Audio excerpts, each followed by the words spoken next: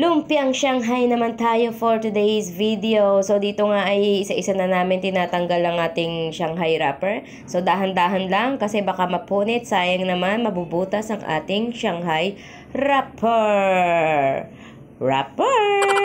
And ayan, tinulungan na nga ako ng aking asawa sa pagtanggal niyan. At sabi ko, itulungan na ako para mabilis na ang aming pagluluto. And ayan na nga, ibalot na natin ang ating karne.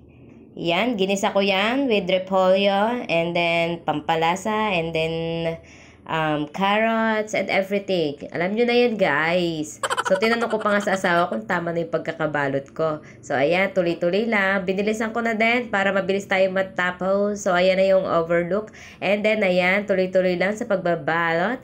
And, ayan, sige lang. Tuloy mo lang yung beshi. Tuloy-tuloy mo lang yan para matapos na tayo. So, dyan nga mapapansin ninyo, madami-dami na ang akin nagawa.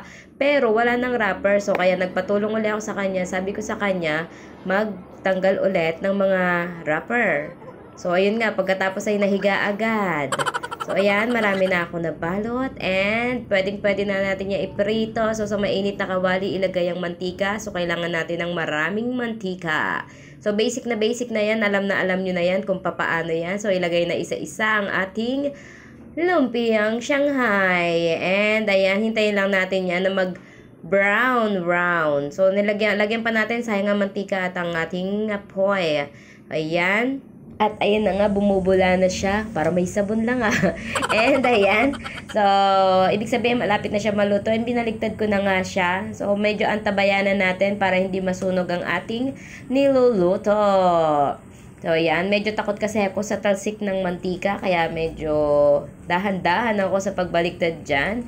And ganun lang, paulit-ulit lang. Ibaliktad-baliktad para maiwasan ang sunog. Ayan. So, ayan. Unti-unti na siyang naluluto. Kaya, ibig sabihin, malapit na tayo kumain. So, ayan. Luto na siya. Tanggalin na natin. And, ayan. Ilagay na natin siya sa pinggan na may tissue paper. So, makakatulong ang tissue paper para matanggal yung mga excess oil. Ayan. Hindi po yan sunog ha. Toasted lang po iyan. Charot! At eto na nga. Ready to eat na ang ating Shanghai. Yun lamang po. Kamsahamnida. Waka waka bye-bye!